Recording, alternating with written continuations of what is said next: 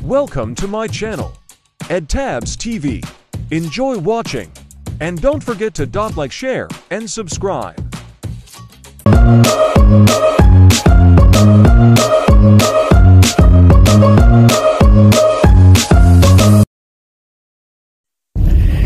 Good morning mga kabaro.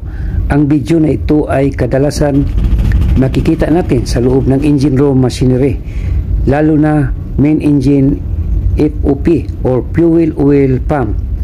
Ito ay tinatawag na puncture valve. Makikita natin ito sa taas ng fuel oil pump. Sa larawan makikita natin paano mag-conduct ng overhauling, magpalit ng seal ring at mag-assemble. During assemble, ito ay ginagamitan ng special tools or mounting tools, lalo na pag magkabit tayo ng mga maliliit na o-ring or seal ring para hindi masira, kasi sa sobrang liit ng mga seal ring mayroon din ito mga running hours, but we have time na mag-malfunction yung unit, so kinakailangan na palitan. Pagkatapos ng overhaul, balutin ito ng plastic for redisper. Please share, like and subscribe din sa mga ibang mga video mga kabaro para makatulong tayo. Maraming salamat at God bless mga kabaro. Have a safe voyage.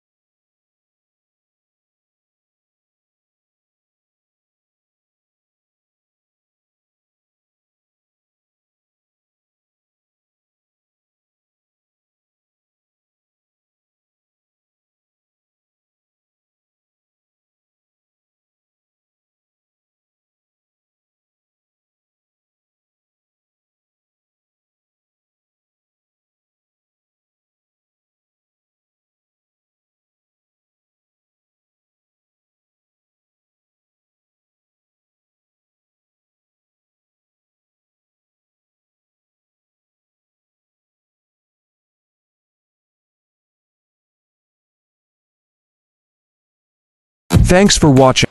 Don't forget to like, share, and subscribe.